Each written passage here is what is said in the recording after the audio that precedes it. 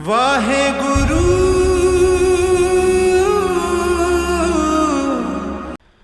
ਰਸਨਾ ਗੁਣ ਗੋਪਾਲ ਨਿਧ ਗਾਇਣ। ਗੋਪਾਲ ਧਰਤੀ ਦਾ ਪਾਲਣਹਾਰ। ਗੋ ਮਿੰਜ ਧਰਤੀ, ਪਾਵਰਥ ਹੈ ਗੋ ਦਾ ਧਰਤੀ, ਪਾਲ ਪਾਲਣ ਵਾਲਾ। ਗੋਪਾਲ ਧਰਤੀ ਦਾ ਪਾਲਣਹਾਰ ਭਾਵ ਪਰਮਾਤਮਾ। ਧਰਤੀ ਦੀ ਪਾਲਣਾ ਪਰਮਾਤਮਾ ਕਰ ਰਿਹਾ ਹੈ। ਨਿਧ ਖਜ਼ਾਨਾ।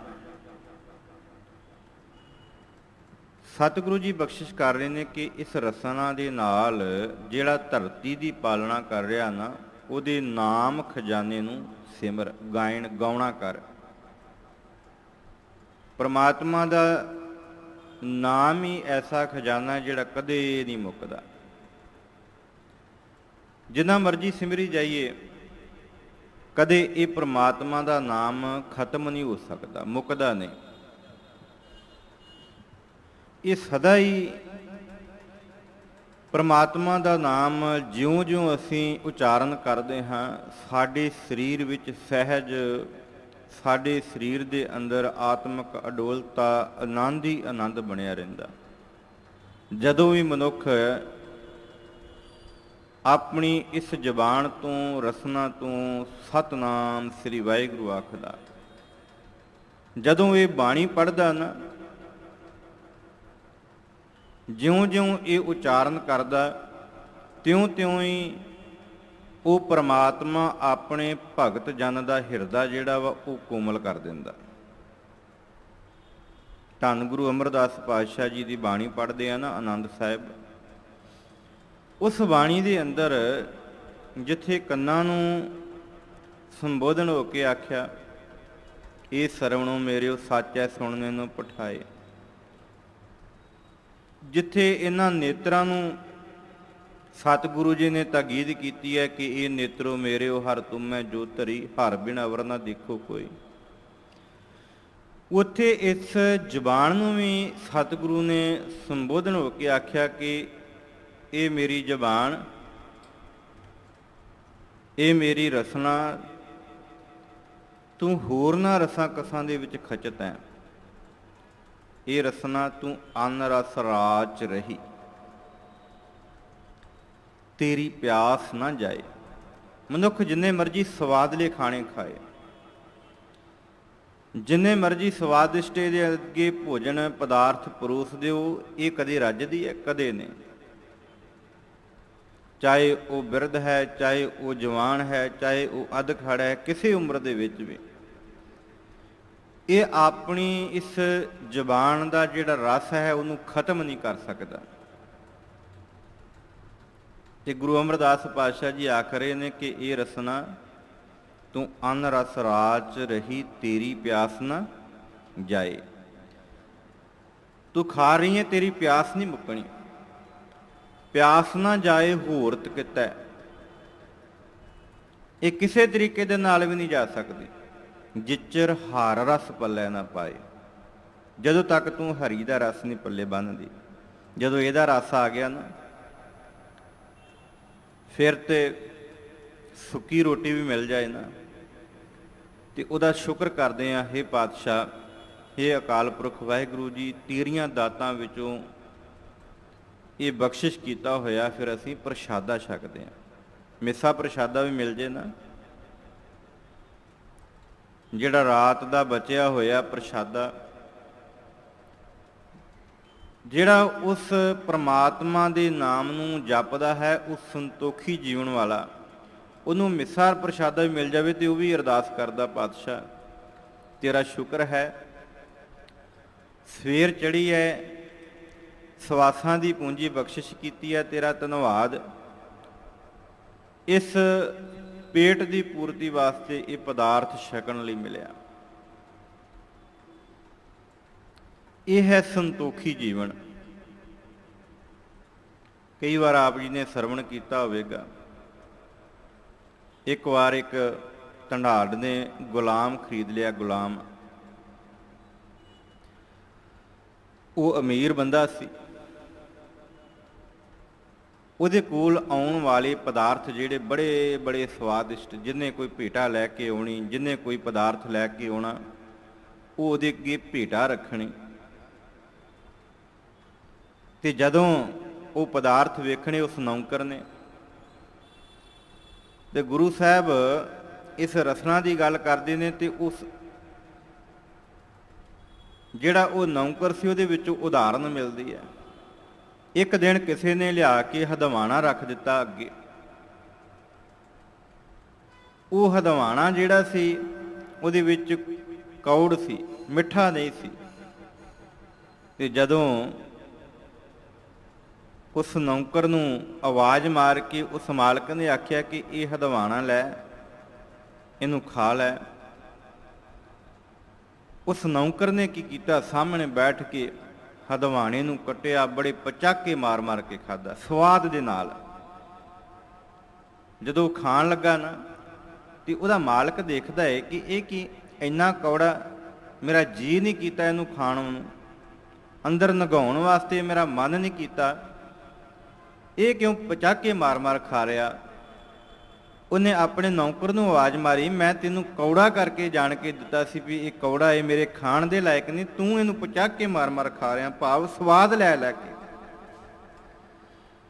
ਤੇ ਉਸ ਨੌਕਰ ਨੇ ਆਖਿਆ ਸੀ, ਇਹ ਮੇਰੇ ਮਾਲਕ,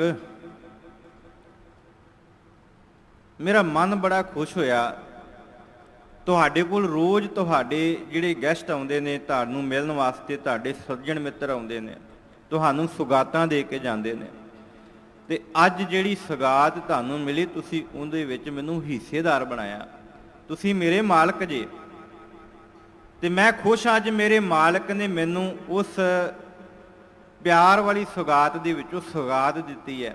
ਮੈਨੂੰ ਨਹੀਂ ਪਤਾ ਇਹ ਕੌੜਾ ਹੈ ਕਿ ਮਿੱਠਾ ਹੈ।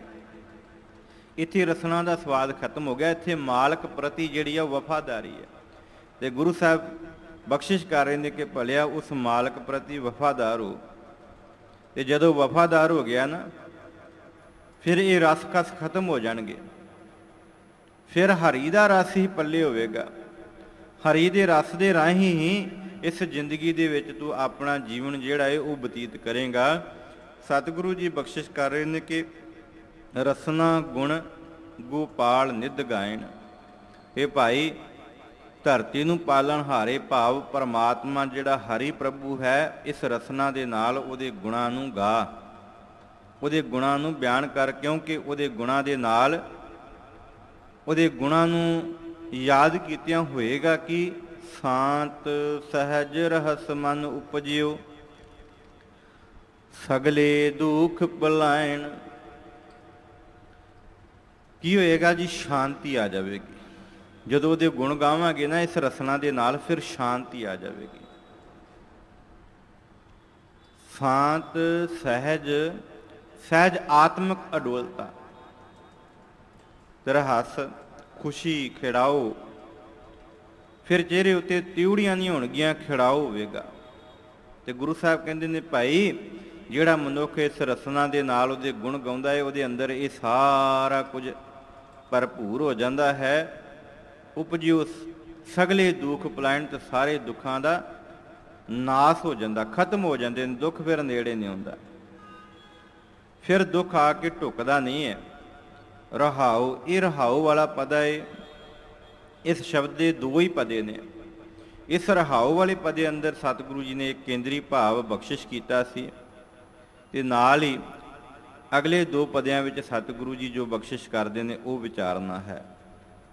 ਵਿਚਾਰਨ ਤੋਂ ਪਹਿਲਾਂ ਫਿਰ ਮੈਂ ਆਪ ਜੀ ਨੂੰ ਬੇਨਤੀ ਕਰਾਂ, ਇਹ ਜਿਹੜੀ ਰਸਨਾ ਹੈ ਨਾ, ਇਸ ਰਸਨਾ ਦਾ ਰਸ ਕਸ ਵਿੱਚ ਫਸਿਆ ਹੋਇਆ ਮਨੁੱਖ ਜ਼ਿੰਦਗੀ ਭਰ ਵਿੱਚ ਕਈ ਵਾਰ ਸਾਰੀ ਜ਼ਿੰਦਗੀ ਸਵਾਦ ਹੀ ਵੇਖਦਾ ਵੇਖਦਾ ਆਪਣੀ ਜ਼ਿੰਦਗੀ ਬਤੀਤ ਕਰ ਦਿੰਦਾ, ਤੇ ਕਈ ਵਾਰ ਮਨੁੱਖ ਇਹਨਾਂ ਸਵਾਦਾਂ ਤੋਂ ਉੱਚਾ ਉੱਠ ਕੇ ਉਹਦੀ ਬੰਦਗੀ ਕਰਦਿਆਂ ਹੋਇਆਂ ਆਪਣੇ ਜੀਵਨ ਵਿੱਚ ਪਰਮਾਤਮਾ ਦੇ ਨਾਲ ਇੱਕਮਿਕ ਹੋ ਜਾਂਦਾ, ਪਰ ਉਹ ਨਾਮ ਜਪਿਆ। ਕਿਉਂਕਿ ਇਹ ਜ਼ੁਬਾਨ ਜਿਹੜੀ ਹੈ ਨਾ, ਇਸ ਜ਼ੁਬਾਨ ਦੇ ਰਸ ਕਾਰਨੀ ਮਨੁੱਖ ਭੈੜੀ ਸੰਗਤ ਤੇ ਰਸ ਕਾਰਨੀ ਜਿਹੜਾ ਵਾ ਚੰਗੀ ਸੰਗਤ ਵਿੱਚ ਫਸਦਾ।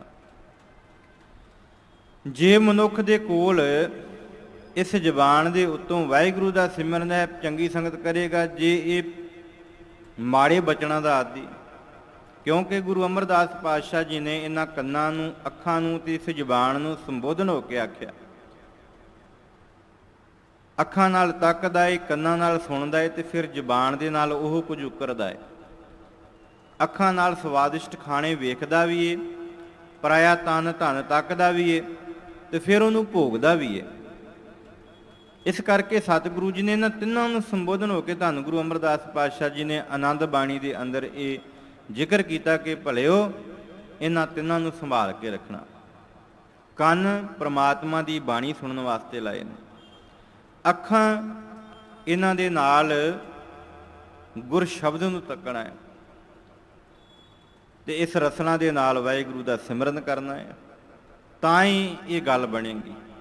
ਨਹੀਂ ਤੇ ਇਸ ਜ਼ਿੰਦਗੀ ਦੇ ਵਿੱਚ ਮਨੁੱਖ ਸਦਾ ਭੁੱਲਿਆ ਭਟਕਾਰੇਗਾ, ਕਿਉਂਕਿ ਇਸ ਰਸਨਾ ਦੇ ਸਵਾਦ ਦੇ ਨਾਲ ਮਨੁੱਖ ਕਈ ਵਾਰ, ਇੱਕ ਉਦਾਹਰਨ ਆਪ ਜੀ ਦੇ ਸਾਹਮਣੇ ਪੇਸ਼ ਕਰਨੀ ਹੈ। ਇੱਕ ਵਾਰ ਇੱਕ ਸਾਧੂ ਪਿੰਡ ਵਿੱਚ ਮੰਗਣ ਵਾਸਤੇ ਆਉਂਦਾ,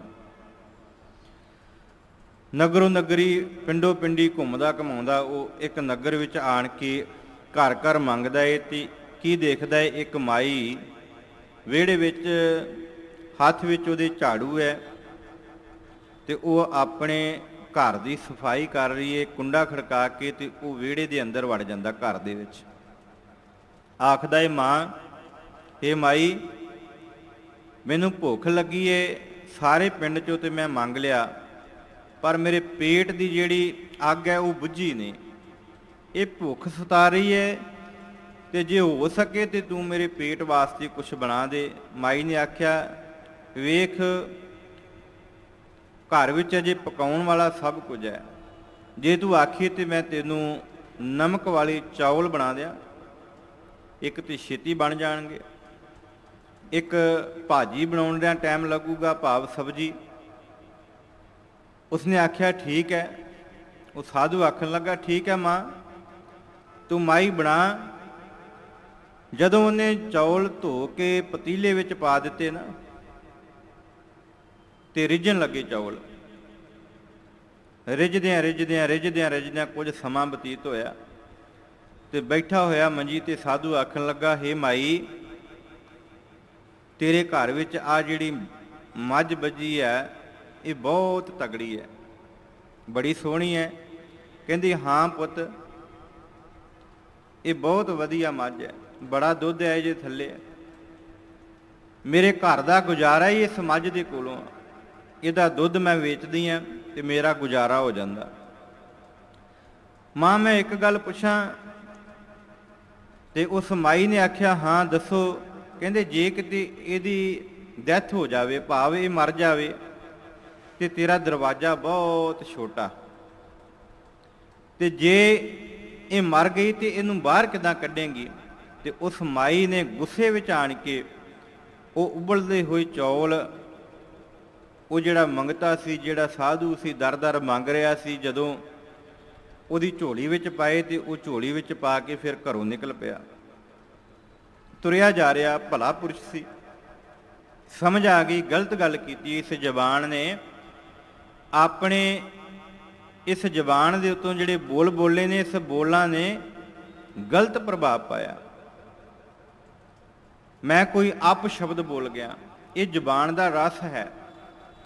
ਜਦੋਂ ਬਾਹਰ ਨਿਕਲਿਆ, ਰਸਤੇ ਵਿੱਚ ਜਾਂਦਿਆਂ ਹੋਇਆਂ ਕੁਝ ਲੋਕਾਂ ਨੇ, ਸਿਆਣੇ ਪੁਰਸ਼ਾਂ ਨੇ ਪੁੱਛ ਲਿਆ ਕਿ ਇੱਕ ਪਾਸੇ ਤੇਰੇ ਇੱਕ ਥੈਲਾ ਹੈ, ਦੂਜੇ ਪਾਸੇ ਵੀ ਇੱਕ ਥੈਲਾ ਹੈ, ਦੋਨਾਂ ਥੈਲਿਆਂ ਦੇ ਵਿੱਚੋਂ ਕੁਛ ਨਹੀਂ, ਪਰ ਇੱਕ ਝੋਲੀ ਵਿੱਚ ਇਹ ਕੀ ਚੋਂਦਾ ਜਾ ਰਿਹਾ? ਤੇ ਉਸਨੇ ਆਖਿਆ, ਇਹ ਜ਼ਬਾਨ ਦਾ ਰਸ ਹੈ, ਇਹ ਮੇਰੀ ਜ਼ਬਾਨ ਦਾ ਰਸ ਹੈ। ਮੈਂ ਮੰਦੇ ਬਚਨ ਬੋਲੇ ਸਨ, ਤੇ ਉਹਨਾਂ ਮੰਦੇ ਬਚਨਾਂ ਦਾ ਭਾਵ ਉਹ ਚੌਲਾਂ ਦੀ ਪਿਛ ਜਿਹੜੀ ਸੀ, ਜਿਹੜਾ ਪਾਣੀ ਸੀ, ਉਹ ਚੋਂਦਾ ਜਾ ਰਿਹਾ ਸੀ, ਤੇ ਉਹ ਆਖਦਾ ਇਹ ਮੇਰੀ ਜ਼ਬਾਨ ਦਾ ਰਸ ਹੈ। ਇਸ ਕਰਕੇ ਸਤਿਗੁਰੂ ਜੀ ਨੇ ਬਾਰ-ਬਾਰ ਤਾਕੀਦ ਕੀਤੀ ਹੈ ਕਿ ਭਾਈ ਇਸ ਜ਼ਬਾਨ ਦੇ ਕਾਰਨ ਸੰਸਾਰ ਦੇ ਉੱਤੇ ਝਗੜੇ ਹੋ ਜਾਂਦੇ ਨੇ, ਕਲੇਸ਼ ਵੱਧ ਜਾਂਦੇ ਨੇ, ਇਸੇ ਜ਼ਬਾਨ ਦੇ ਨਾਲ ਰਿਸ਼ਤੇ ਜੁੜ ਜਾਂਦੇ ਨੇ, ਇਸੇ ਜ਼ਬਾਨ ਦੇ ਨਾਲ ਮਿੱਤਰਤਾ ਬਣ ਜਾਂਦੀ ਹੈ, ਇਸੇ ਜ਼ਬਾਨ ਦੇ ਨਾਲ ਝਗੜੇ ਹੋ ਜਾਂਦੇ ਨੇ, ਲੜਾਈਆਂ ਹੋ ਜਾਂਦੀਆਂ, ਇਸੇ ਜ਼ਬਾਨ ਦੇ ਨਾਲ ਸਮਝੌਤੇ ਹੋ ਜਾਂਦੇ ਨੇ। ਪਰ ਇਸ ਜ਼ਬਾਨ ਨੂੰ ਵਰਤਣਾ ਕਿਸ ਤਰ੍ਹਾਂ ਹੈ, ਉਹ ਗੁਰੂ ਸਾਹਿਬ ਵੀ ਇਹ ਬਖਸ਼ਿਸ਼ ਕਰ ਰਹੇ ਨੇ ਕਿ ਭਲਿਆ ਇਹ ਰਸਨਾ ਤੂੰ ਅੰਨ ਰਸ ਰਾਚ ਰਹੀ, ਤੇਰੀ ਪਿਆਸ ਨਾ ਜਾਏ, ਪਿਆਸ ਨਾ ਜਾਏ ਹੋਰਤ ਕਿਤੇ, ਜਿਚਰ ਹਰ ਰਸ ਪੱਲੇ ਨਾ ਪਾਏ। ਜਦੋਂ ਤੱਕ ਹਰੀ ਦਾ ਰਸ ਨਹੀਂ ਤੇਰੀ ਜ਼ਬਾਨ ਤੇ ਆਉਂਦਾ, ਤੇ ਅੱਜ ਦੇ ਬਚਨ ਵਿੱਚ ਵੀ ਇਹੋ ਆਖਿਆ ਕਿ ਰਸਨਾ ਗੁਣ ਗੋਪਾਲ ਨਿਤ ਗਾਇਣ, हे ਰਸਨਾ ਪ੍ਰਮਾਤਮਾ ਦੇ ਗੁਣ ਗਾ। ਤੇ ਇਹਦੇ ਗੁਣ ਗਾਉਣ ਦੇ ਨਾਲ ਹੋਏਗਾ ਕਿ ਜੋ ਮੰਗਹਿ ਸੋਈ ਸੋਈ ਪਾਵਹਿ, ਜੋ ਤੂੰ ਮੰਗੇਗਾ ਉਹੀ ਮਿਲੇਗਾ। ਪਰ ਕਿਸ ਤਰ੍ਹਾਂ? ਸੇਵ ਹਰ ਕੇ ਚਰਨ ਰਸਾਇਣ, ਰਸਾਂ ਦਾ ਘਰ, ਰਸਾਇਣ ਰਸਾਂ ਦਾ ਖਜ਼ਾਨਾ, ਹਰ ਹਰ ਕੇ ਰਸਾਇਣ। ਜਦੋਂ ਅਰਥ ਕਰੀਏ ਨਾ, ਇੱਥੇ ਹੈ ਸੇਵ ਹਰ ਕੇ ਚਰਨ ਰਸਾਇਣ, ਹਰ ਕੇ ਰਸਾਇਣ। ਹਰੀ ਦੇ ਜਿਹੜੇ ਚਰਨ ਨੇ ਨਾ, ਉਹ ਰਸਾਂ ਦਾ ਖਜ਼ਾਨਾ ਹੈ। ਸਾਰੇ ਰਸ ਇੱਥੇ ਨੇ ਤੇ ਇਹਨਾਂ ਨੂੰ ਸੇਵ, ਭਾਵ ਇਹਨਾਂ ਦੀ ਬੰਦਗੀ ਕਰ, ਭਾਵ ਇਹਨਾਂ ਨੂੰ ਜਪ, ਇਹਨਾਂ ਦੇ ਚਰਨਾਂ ਵਿੱਚ ਆਣ ਕੇ, ਤੇ ਫਿਰ ਸਭ ਕੁਝ ਹਾਸਲ ਹੋਵੇਗਾ। ਇੱਥੋਂ ਤੱਕ ਹੀ ਨਹੀਂ, ਜੋ ਮੰਗੇਗਾ ਉਹੀ ਨਹੀਂ। ਸਤਿਗੁਰੂ ਜੀ ਕਹਿੰਦੇ ਜਨਮ ਮਰਨ ਦੁਹ ਤੇ ਛੂਟਹਿ, ਭਵਜਲ ਜਗਤ ਤਰਾਇਣ। ਇਸ ਭਵਜਲ ਸਮੁੰਦਰ ਦੇ ਵਿੱਚੋਂ, ਇਸ ਜਗਤ ਦੇ ਵਿੱਚੋਂ ਤਰ ਜਾਏਗਾ। ਤੇਰਾ ਜਨਮ ਮਰਨ ਦਾ ਜਿਹੜਾ ਗੇੜ ਸੀ ਨਾ, ਉਹ ਖਤਮ ਹੋ ਜਾਵੇਗਾ। ਜਿਹੜੇ ਜਨਮਾਂ ਜਮਾਂਤਰਾਂ ਦੇ ਵਿੱਚੋਂ ਨਿਕਲਾਉਂਦਾ ਆਇਆ ਨਾ, 84 ਲੱਖ ਜੂਨਾਂ ਭੋਗਦਾ ਆਇਆ, ਉਹਨਾਂ 84 ਲੱਖ ਜੂਨਾਂ ਦੇ ਵਿੱਚੋਂ ਨਿਕਲ ਕੇ ਭਾਈ ਤੂੰ ਇਸ ਸੰਸਾਰ ਦੇ ਉੱਤੇ ਤਰ ਜਾਏਗਾ। ਭਾਵ ਤੇਰੀ ਜਨਮ ਮਰਨ ਦੀ ਜਿਹੜੀ ਫਾਸੀ ਹੈ ਉਹ ਕੱਟੀ ਜਾਏਗੀ, ਖਤਮ ਹੋ ਜਾਵੇਗੀ। ਫਿਰ ਉਸ ਪਰਮਾਤਮਾ ਦੇ ਨਾਲ ਇੱਕਮਿਕ ਹੋ ਜਾਵੇਗਾ। ਸਤਿਗੁਰੂ ਜੀ ਅਖੀਰਲੇ ਪਦੇ ਅੰਦਰ ਸਤਿਗੁਰੂ ਜੀ ਬਖਸ਼ਿਸ਼ ਕਰ ਰਹੇ ਨੇ, ਖੋਜਤ ਖੋਜਤ ਤਤ ਵਿਚਾਰਿਓ, ਦਾਸ ਗੋਵਿੰਦ ਪਰਾਇਣ। ਹੁਣ ਖੋਜਿਆ ਕੀ ਹੈ? ਸਤਿਗੁਰੂ ਜੀ ਧੰਨ ਗੁਰੂ ਅਰਜਨ ਸਾਹਿਬ ਸੱਚੇ ਪਾਤਸ਼ਾਹ ਜੀ ਆਖ ਰਹੇ ਨੇ ਕਿ ਮੈਂ ਖੋਜ ਲਿਆ। ਖੋਜਤ ਖੋਜਤ ਤਤ ਵਿਚਾਰਿਓ, ਤਤ ਭਾਵ ਨਿਚੋੜ, ਨਿਚੋੜ ਕੱਢਿਆ ਏ ਕਿ ਇਸ ਧਰਤੀ ਦੇ ਉੱਤੇ ਜਿਹੜਾ ਪ੍ਰਮਾਤਮਾ ਹੈ, ਪ੍ਰਾਣਾਂ ਦਾ ਨਾਥ, ਭਾਵ ਜਿਹਨੇ ਇਹ ਪ੍ਰਾਣ ਦਿੱਤੇ ਆ ਨਾ, ਜਿਹਨੇ ਪੈਦਾ ਕਰਕੇ ਇਸ ਸਰੀਰ ਵਿੱਚ ਜਿੰਦ ਪਾਈ ਹੈ, ਜਾਨ ਪਾਈ ਹੈ, ਸਵਾਸ ਪਾਏ ਨੇ, ਉਹ ਪਰਮਾਤਮਾ ਜੇ ਉਹਦੇ ਕੋਲੋਂ ਅਬਿਨਾਸੀ ਖੇਮ ਚਾਹੇ ਜੇ ਨਾਨਕ, ਜੇ ਤੂੰ ਸ਼ਾਂਤੀ ਚਾਹੁੰਦਾ ਨਾ ਜ਼ਿੰਦਗੀ ਦੇ ਅੰਦਰ, ਤਰਨਾ ਚਾਹੁੰਦਾ, ਤੇ ਫਿਰ ਇਸ ਧਰਤੀ ਦੇ ਉੱਤੇ ਉਸ ਪਰਮਾਤਮਾ ਦੀ ਸਦਾ ਸਿਮਰਨ ਕਰ। ਨਾਨਕ ਸਦਾ ਸਿਮਰ ਨਾਰਾਇਣ, ਸਦਾ ਉਹਦਾ ਸਿਮਰਨ ਕਰ, ਕਿਉਂਕਿ ਸਿਮਰਨ ਦੀ ਬਰਕਤ ਸਦਕਾ ਹੀ ਸਭ ਕੁਝ ਹਾਸਲ ਹੁੰਦਾ ਹੈ। ਗੁਰੂ ਅਰਜਨ ਪਾਤਸ਼ਾਹ ਜੀ ਦਾ ਬਚਨ ਹੈ, ਸੁਖਮਣੀ ਅਸੀਂ ਪੜ੍ਹਦੇ ਹਾਂ, ਸਿਮਰੋ ਸਿਮਰ ਸਿਮਰ ਸੁਖ ਪਾਵੋ, ਕਲ ਕਲੇਸ਼ ਤਨ ਮਾਹੇ ਮਿਟਾਵੋ। ਕੇਵਲ ਇੱਥੇ ਮਨ ਦੀ ਗੱਲ ਹੀ ਨਹੀਂ, ਇੱਥੇ ਤਨ ਦੀ ਗੱਲ ਵੀ ਕੀਤੀ ਹੈ। ਕਲ ਕਲੇਸ਼ ਤਨ ਮਾਹੇ ਮਿਟਾਵੋ, ਤਨ ਦੇ ਉੱਤੋਂ ਵੀ ਜਿਹੜਾ ਕਲੇਸ਼ ਹੈ ਨਾ ਉਹ ਖਤਮ ਹੋ ਜਾਂਦਾ। ਸਿਮਰੋ ਜਾਸ ਬਿਸਮ ਭਰੇ ਕੈ, ਨਾਮ ਜਪਤ ਅਗਣਤ ਅਨੇਕੈ, ਵੇਦ ਪੁਰਾਣ ਸਿਮਰਤ ਸੁਧਾਖਰ, ਕੀਨੈ ਰਾਮ ਨਾਮ ਇੱਕ ਆਖਰ, ਕਿਨਕਾ ਏਕ ਜਿਸ ਜੀਵ ਬਸਾਵੈ, ਤਾਂ ਕਿ ਮਹਿਮਾ ਗਨੀ ਨਾ ਆਵੇ।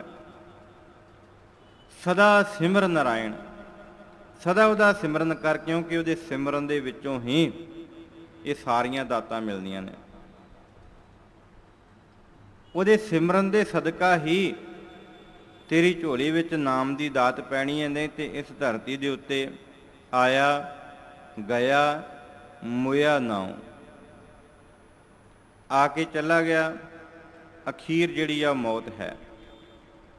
ਪਰਮਾਤਮਾ ਦੇ ਨਾਮ ਤੋਂ ਬਗੈਰ ਗੁਰੂ ਸਾਹਿਬ ਬਖਸ਼ਿਸ਼ ਕਰਦੇ ਨੇ ਕਿ ਇਸ ਧਰਤੀ ਦੇ ਉੱਤੇ ਮਨੁੱਖ ਜਦੋਂ ਜਨਮ ਲੈਂਦਾ ਨਾ, ਪਹਿਲੇ ਪਿਆਰ ਲੱਗਾ ਥਣ ਦੁੱਧ, ਦੂਜੇ ਮਾਏ ਬਾਪ ਕੀ ਸੁਧ, ਤੀਜੇ ਭਇਆ ਭਾਬੀ ਬੇਬ, ਚੌਥੇ ਪਿਆਰੋ ਪੰਨੀ ਖੇਡ। ਇਹ 10 ਅਵਸਥਾਵਾਂ ਦਸੀਆਂ ਵੀ ਮਨੁੱਖ ਜਨਮ ਲੈ ਕੇ ਮਾਂ ਦੇ ਦੁੱਧ ਤੋਂ ਲੈ ਕੇ ਤੇ ਅਖੀਰ 10ਵੇਂ ਦੱਦਾ ਹੋਆ ਸਵਾ, ਗਏ ਸੰਗੀਤ ਪੁਕਾਰੀ ਧਾ। ਆ ਜਿਹੜਾ ਗਲਾ ਨਾ, ਇਹਦੇ ਵਿੱਚੋਂ ਫਿਰ ਆਵਾਜ਼ ਨਹੀਂ ਨਿਕਲਦੀ। ਹੁਣ ਤਾਂ ਅਸੀਂ ਆਖਦੇ ਆ ਨਾ ਵਾਹਿਗੁਰੂ ਵਾਹਿਗੁਰੂ ਸਿਮਰਨ ਕਰ ਲਈਏ, ਜਦੋਂ ਵਡੇਪਾ ਆਉਂਦਾ ਫਿਰ ਇਹਦੇ ਵਿੱਚੋਂ ਆਵਾਜ਼ ਨਹੀਂ ਨਿਕਲਦੀ। ਪਾਣੀ ਮੰਗਣ ਵਾਸਤੇ ਵੀ ਆਵਾਜ਼ ਨਹੀਂ ਨਿਕਲਦੀ ਕਿ ਮੇਰੇ ਪੁੱਤ ਮੇਰੀ ਧੀਏ ਮੈਨੂੰ ਪਾਣੀ ਦੇ, ਇਹ ਵੀ ਆਵਾਜ਼ ਨਹੀਂ। ਗਏ ਸੰਗੀਤ, ਜਦੋਂ ਸਾਰੇ ਸੰਗੀ ਸਾਥੀ ਚੱਲ ਜਾਂਦੇ ਆ ਨਾ, ਜਦੋਂ ਵਡੇਪਾ ਆ ਜਾਂਦਾ, ਸਾਰੇ ਸੰਗੀ ਸਾਥੀ ਵੀ ਗਏ ਸੰਗੀਤ ਪੁਕਾਰੀ ਧਾ। ਸੰਗੀ ਸਾਥੀ ਚਲੇ ਜਾਂਦੇ ਨੇ ਤੇ ਫਿਰ ਧਾਵਾਂ ਮਾਰ ਮਾਰ ਕੇ ਰੋਂਦਾ ਮਨੁੱਖ ਕਿ ਮੇਰੇ ਸੰਗੀ ਸਾਥੀ ਚਲੇ ਜਾਂਦੇ ਨੇ। ਪਰ ਅਖੀਰ ਆਵਾਜ਼ ਵੀ ਬੰਦ ਹੋ ਜਾਂਦੀ ਹੈ ਤੇ ਫਿਰ ਵੀ ਮਨੁੱਖ ਜਿਹੜਾ ਨਾ, ਧੰਨ ਗੁਰੂ ਗ੍ਰੰਥ ਸਾਹਿਬ ਜੀ ਦੀ ਪਾਵਨ ਬਾਣੀ ਆਖਦੀ ਹੈ ਕਿ ਭਲਿਆ ਇੱਥੇ ਆਇਆ ਹੋਇਆ ਮਨੁੱਖ ਜਿਹੜਾ ਹੈ ਇਹ ਸਮਝਦਾ ਸਭ ਕੁਝ ਮੇਰਾ ਆਇਆ ਗਿਆ ਮੁਇਆ ਨਾਉ, ਪਿੱਛੇ ਪੱਤਲ ਸਦਿਓ ਕਾਵ। ਤੇ ਪਿੱਛੇ ਜਿਹੜੇ ਸਾਡੇ ਹੈਗੇ ਆ ਨਾ ਪੁੱਤ ਪੋਤਰੇ, ਉਹ ਫਿਰ ਦੁਸਹਿਰਾ ਕਰਦੇ ਫਿਰਦੇ ਨੇ। ਉਹ ਫਿਰ ਜਦੋਂ ਮਨੁੱਖ ਗੁਜ਼ਰ ਜਾਂਦਾ ਨਾ, ਮਾਂ ਬਾਪ ਗੁਜ਼ਰ ਜਾਂਦਾ, ਦਾਦਾ ਪੜਦਾਦਾ ਗੁਜ਼ਰ ਜਾਂਦਾ, ਫਿਰ ਉਹਦਾ ਦੁਸਹਿਰਾ ਕਰਦੇ ਨੇ। ਤੇ ਗੁਰੂ ਸਾਹਿਬ ਕਹਿੰਦੇ ਨੇ ਫਿਰ ਉਹ ਕੀ ਕਰਦੇ ਨੇ, ਕਹਿੰਦੇ ਨੇ ਸਾਡੇ ਪਿੱਤਰ ਜਿਹੜੇ ਆ ਨਾ, ਦੁਸਹਿਰੇ ਦੇ ਦਿਨਾਂ ਦੇ ਅੰਦਰ ਜਿਹੜੇ ਪਿੱਤਰਾਂ ਨੂੰ ਪੂਜਦੇ ਨੇ, ਉਹ ਫਿਰ ਕਹਿੰਦੇ ਸਾਡੇ ਪਿੱਤਰਾਂ ਨੂੰ ਪਾਉਣ ਵਾਸਤੇ ਫਿਰ ਉਹ ਬੜੇ ਸਵਾਦਿਸ਼ਟ ਖਾਣੇ ਬਣਾਉਂਦੇ ਨੇ। ਤੇ ਖਾਂਦੇ ਕੌਣ ਆ? ਗੁਰੂ ਸਾਹਿਬ ਕਹਿੰਦੇ ਨੇ ਕਾਂ। ਜਦੋਂ ਸੁੱਟ ਕੇ ਆਉਂਦੇ ਆ ਨਾ ਅਸੀਂ ਬਾਹਰ, ਉਹ ਫਿਰ ਕਾਂ ਖਾਂਦੇ ਨੇ। ਅਸੀਂ ਆਖਦੇ ਸਾਡੇ ਪਿੱਤਰ ਖਾ ਰਹੇ ਨੇ। ਗੁਰੂ ਸਾਹਿਬ ਕਹਿੰਦੇ ਇਹ ਸਭ ਝੂਠ ਹੈ, ਕਿਉਂਕਿ ਨਾਨਕ ਮਨਮੁਖ ਅੰਧ ਪਿਆਰ, ਇਹ ਅੰਧੇਰੇ ਵਿੱਚ ਪਿਆ ਹੋਇਆ ਮਨੁੱਖ, ਮਨ ਦੀ ਮੱਤ ਪਿੱਛੇ ਤੁਰਿਆ ਹੋਇਆ ਮਨੁੱਖ ਜਿਹੜਾ ਵਾ, ਇਹ ਆਪਣਾ ਜਨਮ ਵਿਅਰਥ ਗਵਾ ਰਿਹਾ ਹੈ। ਇਸ ਕਰਕੇ ਗੁਰੂ ਸਾਹਿਬ ਆਖ ਰਹੇ ਨੇ ਕਿ ਭਲਿਆ ਜੇ ਤੂੰ ਉਸ ਪਰਮਾਤਮਾ ਦੇ ਨਾਲ ਮਿਲਣਾ ਹੈ ਤੇ ਇਹ ਤੱਤ ਹੈ ਕਿ ਸਦਾ ਸਿਮਰ ਨਾਰਾਇਣ, ਸਦਾ ਉਹਦਾ ਸਿਮਰਨ ਕਰ। ਕਿਹਦਾ? ਨਾਰਾਇਣ ਦਾ, ਪਰਮਾਤਮਾ ਦੀ ਬੰਦਗੀ ਕਰ ਜਿਸ ਪਰਮਾਤਮਾ ਨੇ ਇਹ ਜੀਵਨ ਦਿੱਤਾ ਹੈ। ਸੋ ਸਤਿਗੁਰੂ ਜੀ ਨੇ ਇਹ ਰਹਿਮਤ ਕੀਤੀ ਹੈ ਅੱਜ ਦੇ ਇਸ ਪਾਵਨ ਬਚਨ ਦੇ ਅੰਦਰ, ਸਾਡੀ ਝੋਲੀ ਵਿੱਚ ਦਾਤ ਪਾਈ ਹੈ ਕਿ ਭਾਈ ਸਦਾ ਉਹਦਾ ਨਾਮ ਸਿਮਰਨ ਕਰ। ਇਹ ਰਸਨਾ ਜਿਹੜੀ ਦਿੱਤੀ ਹੈ ਨਾ, ਇਹ ਜਿਹੜੀ ਜ਼ਬਾਨ, ਇਹਦੇ ਨਾਲ ਸਦਾ ਸਤਨਾਮ ਸ੍ਰੀ ਵਾਹਿਗੁਰੂ, ਸਤਨਾਮ ਸ੍ਰੀ ਵਾਹਿਗੁਰੂ ਜਪਿਆ ਕਰ। ਨਹੀਂ ਤੇ ਸਾਰੀ ਜ਼ਿੰਦਗੀ ਮਨੁੱਖ ਇਸ ਧਰਤੀ ਦੇ ਉੱਤੇ ਖਾਂਦਾ ਪੀਂਦਾ, ਚੁਗਲੀ ਨਿੰਦਿਆ ਕਰਦਾ ਆਪਣਾ ਜੀਵਨ ਬਤੀਤ ਕਰ ਜਾਂਦਾ ਤੇ ਮਿਲਦਾ ਕੁਝ ਨਹੀਂ, ਕੁਝ ਖੱਟ ਕੇ ਨਹੀਂ ਜਾਂਦਾ, ਸਭ ਕੁਝ ਇੱਥੇ ਰਹਿ ਜਾਂਦਾ। ਹਉਮੈ ਦਾ ਬੱਝਾ ਹੋਇਆ ਮਨੁੱਖ ਸਾਰੀ ਜ਼ਿੰਦਗੀ ਆਪਣੀ ਹਉਮੈ ਦੀ ਖਾਤਰ, ਆਪਣੀ ਹਉਮੈ ਦੇ ਕਾਰਨ ਹੀ ਸਾਰੀ ਜ਼ਿੰਦਗੀ ਬਤੀਤ ਕਰੀ ਜਾਂਦਾ। ਤੇ ਗੁਰੂ ਸਾਹਿਬ ਕਹਿੰਦੇ ਭਲਿਆ ਸਾਰੀ ਜ਼ਿੰਦਗੀ ਇਸੇ ਤਰ੍ਹਾਂ ਨਿਕਲ ਗਈ ਤੇ ਕੀ ਲਾਭ ਹੋਇਆ? ਆਉਣ ਦਾ ਕੋਈ ਲਾਭ ਹੋਇਆ? ਧਰਤੀ ਤੇ ਜਨਮ ਲੈਣ ਦਾ ਕੋਈ ਲਾਭ ਹੋਇਆ? ਕੋਈ ਲਾਭ ਨਹੀਂ। ਗੁਰੂ ਸਾਹਿਬ ਕਹਿੰਦੇ ਕੋਈ ਲਾਭ ਨਹੀਂ ਪ੍ਰਾਪਤ ਹੋਇਆ। ਜੇ ਲਾਭ ਲੈਣਾ ਜੇ ਸਦਾ ਉਹਦੇ ਅੱਗੇ ਅਰਦਾਸ ਕਰਿਆ ਕਰ ਕਿ ਪਰਮਾਤਮਾ ਸਦਾ ਮੈਂ ਤੇਰੇ ਚਰਨਾਂ ਵਿੱਚ ਜੁੜਿਆ ਰਵਾਂ। ਕਿਉਂ? ਕਿਉਂਕਿ ਤੇਰੇ ਚਰਨਾਂ ਤੋਂ ਬਗੈਰ, ਜੇ ਮੈਂ ਤੇਰੇ ਚਰਨਾਂ ਤੋਂ ਬਗੈਰ ਜਿਉਂਦਾ ਤੇ ਮੇਰੇ ਵਾਸਤੇ ਮੌਤ ਹੈ। ਬਾਬਾ ਫਰੀਦ ਜੀ ਨੇ ਤੇ ਇੱਥੋਂ ਤੱਕ ਕਹਿ ਦਿੱਤਾ ਕਿ ਜੇ ਤੇਰੇ ਚਰਨਾਂ ਦੇ ਨਾਲ ਪ੍ਰੀਤੀ ਨਹੀਂ, ਜੇ ਤੇਰੇ ਨਾਲ ਉਹ ਵਿਛੋੜਾ ਪੈ ਗਿਆ ਨਾ, ਇਸ ਵਿਛੋੜੇ ਦੇ ਨਾਲੋਂ ਤੇ ਮੈਨੂੰ ਮੌਤ ਦੇ ਦੇ। ਜੇ ਮੈਂ ਤੇਰੇ ਦਰ ਤੋਂ ਭਟਕ ਕੇ ਇਸ ਰਸਨਾ ਦੇ ਨਾਲ ਕੋਈ ਹੋਰ ਕੁਝ ਸਿਮਰਦਾ, ਮੈਂ ਕਿਸੇ ਹੋਰ ਦੀ ਬੰਦਗੀ ਕਰਦਾ, ਤੇਰੇ ਦਰ ਨੂੰ ਛੱਡ ਦੇਣਾ, ਤੇ ਗੁਰੂ ਸਾਹਿਬ ਕਹਿੰਦੇ ਨੇ, ਮਾਫ ਕਰਨਾ ਭਗਤ ਬਾਬਾ ਫਰੀਦ ਜੀ ਆਖ ਰਹੇ ਨੇ, ਫਰੀਦਾ ਬਾਰ ਪਰਾਏ ਬੈਸਣਾ ਸਾਈਂ ਮੁਝੇ ਨਾ ਦੇ, ਜੇ ਤੂੰ ਇਵੇਂ ਰੱਖਸੀ ਜੀਉ ਸਰੀਰੋਂ ਲਈ। ਜੇ ਤੂੰ ਇਵੇਂ ਰੱਖਣਾ ਮੇਰੀ ਜਿੰਦ ਹੀ ਕੱਢ ਲਈ। ਮੈਂ ਤੇਰੇ ਦਰ ਤੋਂ ਬਗੈਰ, ਤੇਰੇ ਤੋਂ ਬਗੈਰ ਜਿਹੜਾ ਵਾ ਆਪਣੀ ਜ਼ਿੰਦਗੀ ਨਹੀਂ ਬਤੀਤ ਕਰਨੀ ਚਾਹੁੰਦਾ। ਸੋ ਸਤਿਗੁਰੂ ਜੀ ਨੇ ਇਹ ਰਹਿਮਤ ਕਰਕੇ ਸਾਡੀ ਝੋਲੀ ਵਿੱਚ ਦਾਤ ਪਾਈ ਹੈ ਕਿ ਰਸਨਾ ਗੁਣ ਗੋਪਾਲ ਨਿਧ ਗਾਇਣ, ਸਦਾ ਉਹਦੀ ਰਸਨਾ ਦੇ ਨਾਲ ਸਿਮਰ ਕਰਿਆ ਕਰ। ਇਹ ਸਿਮਰਨ ਕੀਤਿਆਂ ਹੀ ਤੇਰੀ ਜ਼ਿੰਦਗੀ ਦੇ ਜਿਹੜੇ ਮਨੋਰਥ ਨੇ ਉਹ ਪੂਰੇ ਹੋਣੇ ਨੇ। ਤੇਰੇ ਮਨ ਦੇ ਅੰਦਰ ਖੇੜਾ ਆਨੰਦ, ਜਿਹੜਾ ਆਨੰਦ ਤੂੰ ਲੋਚਦਾ ਹੈ ਨਾ, ਆਨੰਦ ਆਨੰਦ ਸਭ ਕੋ ਕਹੇ, ਜਿਹੜਾ ਕਹਿੰਦਾ ਮੈਨੂੰ ਆਨੰਦ ਮਿਲ ਗਿਆ, ਆਨੰਦ ਮਿਲ ਗਿਆ, ਆਨੰਦ ਗੁਰੂ ਤੇ ਜਾਣਿਆ, ਇਹ ਗੁਰੂ ਤੋਂ ਹੀ ਆਨੰਦ ਪ੍ਰਾਪਤ ਹੋਣਾ। ਜਾਣਿਆ ਆਨੰਦ ਸਦਾ ਗੁਰ ਤੇ ਕਿਰਪਾ ਕਰੇ ਪਿਆਰਿਆ, ਕਰ ਕਿਰਪਾ ਕਿਲ ਵਿਖ ਕੱਟੇ ਗਿਆਨ ਅੰਜਨ ਸਾਰਿਆ, ਅੰਦਰੋਂ ਜਿਨ ਕਾ ਮੋਹ ਟੁੱਟਾ ਤਿਨ ਕਾ ਸ਼ਬਦ ਸੱਚੇ ਸਵਾਰਿਆ। ਇਹ ਆਨੰਦ ਹੈ। ਉਹ ਆਨੰਦ ਨਹੀਂ ਪਦਾਰਥ ਮਿਲ ਗਏ, ਰੱਜ ਗਏ, ਪਦਾਰਥ ਮਿਲ ਗਏ ਤੇ ਆਖਿਆ ਅਸੀਂ ਆਨੰਦ ਵਿੱਚ ਆ ਗਏ। ਨਹੀਂ ਗੁਰੂ ਕੇ ਪਿਆਰਿਓ, ਆਨੰਦ ਹੈ ਪ੍ਰਮਾਤਮਾ ਦਾ ਸਿਮਰਨ। ਜਦੋਂ ਅੰਦਰ ਸਿਮਰਨ ਦੀ ਰੌਂ ਚੱਲ ਗਈ, ਵਾਹਿਗੁਰੂ ਦਾ ਸਿਮਰਨ ਚੱਲ ਗਿਆ, ਤੇ ਫਿਰ ਮਨ ਦੇ ਅੰਦਰ ਜਿਹੜਾ ਹੈ ਉਹ ਸੰਤੁਸ਼ਟੀ ਹੋ ਜਾਵੇਗੀ, ਤੇ ਫਿਰ ਉਹ ਆਨੰਦ ਹੈ, ਪੂਰਨ ਖੜਾਊ ਹੈ। ਨਹੀਂ ਤੇ ਮਨੁੱਖ ਸਾਰੀ ਜ਼ਿੰਦਗੀ, ਕਿਉਂਕਿ ਧਨ ਆਇਆ ਤੇ ਚਲਾ ਜਾਣਾ। ਜਦੋਂ ਧਨ ਆ ਗਿਆ ਅਸੀਂ ਕਹਿ ਦਿੰਦੇ ਆਨੰਦ ਉਹ ਖੇੜਾ, ਨਹੀਂ, ਧਨ ਗਿਆ ਤੇ ਉਹ ਵੀ ਨਿਕਲ ਗਿਆ। ਜਦੋਂ ਇਹ ਆਨੰਦ ਆਉਣਾ, ਪ੍ਰਮਾਤਮਾ ਦਾ ਸਿਮਰਨ ਚੱਲਣਾ, ਫਿਰ ਇਹ ਆਨੰਦ ਸਦੀਵੀ ਆਨੰਦ ਹੈ। ਪੁਰਜਾ ਪੁਰਜਾ ਭਾਵੇਂ ਕੱਟਿਆ ਜਾਵੇ, ਫਿਰ ਭਾਵੇਂ ਤਤੀ ਤਵੀ ਤੇ ਵੀ ਬੈਠਿਆ ਜਾਵੇ, ਫਿਰ ਉਹ ਸਦਾ ਸਥਿਰ ਆਨੰਦ ਹੈ, ਖਤਮ ਨਹੀਂ ਹੋਣ ਵਾਲਾ ਆਨੰਦ। ਸੋ ਸਤਿਗੁਰੂ ਜੀ ਨੇ ਰਹਿਮਤ ਕੀਤੀ ਹੈ। ਸਮੇਂ ਦੀ ਸਮਾਪਤੀ ਹੈ। ਆਓ ਅਖੀਰ ਗੁਰਫਤਿਹ ਨਾਲ ਸਾਂਝ ਬਣਾਈਏ। ਇਹ ਬੇਨਤੀ ਹੈ ਕਿ ਸਦਾ ਆਪਣੀ ਇਸ ਰਸਨਾ ਦੇ ਨਾਲ ਉਹਦੇ ਗੁਣ ਗਾਇਆ ਕਰੋ। ਗੁਰੂ ਦਾ ਇਹ ਅੱਜ ਦਾ ਹੁਕਮ ਹੈ। ਕੇਵਲ ਇਹ ਕੰਨਾਂ ਦੇ ਨਾਲ ਸੁਣਿਆ ਨਾ ਕਰੋ। ਬੋਰਡ ਦੇ ਉੱਤੇ ਲਿਖਿਆ ਤੇ ਪੜ੍ਹ ਕੇ ਚਲੇ ਗਏ। ਇਹਨੂੰ ਮੰਨਣਾ ਹੈ। ਜੋ ਲਿਖਿਆ ਹੈ ਨਾ ਸਤਿਗੁਰੂ ਨੇ, ਇਹਨੂੰ ਮੰਨਣਾ ਹੈ, ਤੇ ਮੰਨਣ ਵਾਸਤੇ ਉਹਨੂੰ ਮੰਨਣਾ ਪਵੇਗਾ। ਜੇ ਮੰਨਣਾ ਹੈ ਨਾ ਤੇ ਫਿਰ ਮੰਨਣਾ ਪਵੇਗਾ। ਤੇ ਜੇ ਮੰਨ ਗਿਆ ਤੇ ਗੁਰੂ ਨਾਨਕ ਸਾਹਿਬ ਸੱਚੇ ਪਾਤਸ਼ਾਹ ਜੀ ਨੇ ਮੰਨੇ ਕੀ ਕਤ ਕਹੀ ਨਾ ਜਾਏ, ਜੇ ਕੋ ਕਹੇ ਪਿਛੇ ਪਛਤਾਏ। ਜਿਹੜਾ ਮੰਨ ਲੈਂਦਾ ਫਿਰ ਉਹਦੀ ਕੋਈ ਆਖੇ ਕਿ ਮੈਂ ਉਹਦੇ ਬਾਰੇ ਕੋਈ ਬਿਆਨ ਕਰ ਸਕਾਂ, ਕੋਈ ਨਹੀਂ ਬਿਆਨ ਕਰ ਸਕਦਾ। ਮੰਨਣ ਵਾਲੇ ਦੀ ਕੋਈ ਬਿਆਨ ਨਹੀਂ ਕਰ ਸਕਦਾ। ਇਸ ਕਰਕੇ ਸਤਿਗੁਰੂ ਜੀ ਨੇ ਬਖਸ਼ਿਸ਼ ਕੀਤੀ ਹੈ। ਹੋਈਆਂ ਭੁੱਲਾਂ ਦੀ ਬੇਅੰਤ ਭੁੱਲਾਂ ਹੋਈਆਂ ਹੋਣਗੀਆਂ। ਆਪ ਸਭ ਸੰਗਤਾਂ ਨੇ ਗੁਰੂ ਦਾ ਦਾਸ ਜਾਣ ਕੇ ਬਖਸ਼ ਲੈਣਾ। ਗੁਰੂ ਅੱਗੇ ਅਰਦਾਸ ਕਰਨੀ, ਪਾਤਸ਼ਾਹ ਇਸੇ ਤਰ੍ਹਾਂ ਆਪਣੀਆਂ ਸੇਵਾਵਾਂ ਲੈਂਦੇ ਰਹਿਣਾ। ਹਰ ਰੋਜ਼ ਇਹ ਲੜੀਵਾਰ ਕਥਾ ਹੁਕਮਨਾਮੇ ਦੀ ਆਪ ਸਭ ਸਰਵਣ ਕਰ ਰਹੇ ਹੋ। ਜੋ ਗੁਰਦੁਆਰਾ ਗੋਬਿੰਦ ਧਾਮ ਵਿਖੇ ਲਾਈਵ ਕਥਾ ਚੱਲ ਰਹੀ ਹੈ।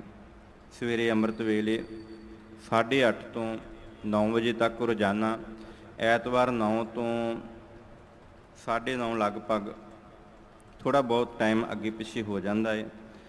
ਸੋ ਆਪ ਸਭ ਸੰਗਤਾਂ ਨੇ, ਜੇ ਨਿਤਾ ਪ੍ਰਤੀ ਅਸੀਂ ਗੁਰੂ ਘਰ ਵਿੱਚ ਨਹੀਂ ਆ ਸਕਦੇ, ਗੁਰਦੁਆਰੇ ਦਾ ਪੇਜ ਹੈ, ਫੇਸਬੁੱਕ ਦਾ ਪੇਜ, ਉਹ ਆਪ ਜੀ ਫੋਲੋ ਕਰਕੇ ਰੋਜ਼ਾਨਾ ਹੀ ਘਰ ਬੈਠੇ ਵੀ ਲੜੀਵਾਰ ਜਿਹੜੀ ਕਥਾ ਹੈ ਇਸ ਸਟੇਜ ਦੇ ਉੱਤੋਂ ਹੁਕਮਨਾਮੇ ਦੀ ਪਾਵਨ ਵਿਚਾਰ ਜੋ ਹੈ ਉਹ ਸਰਵਣ ਕਰ ਸਕਦੇ ਜੇ। ਆਓ ਅੰਤ ਗੁਰਫਤਿਹ ਨਾਲ ਸਾਂਝ ਬਣਾਈਏ। ਗੱਜ ਕੇ ਆਖੋ ਵਾਹਿਗੁਰੂ ਜੀ ਕਾ ਖਾਲਸਾ, ਵਾਹਿਗੁਰੂ ਜੀ ਕੀ ਫਤਿਹ।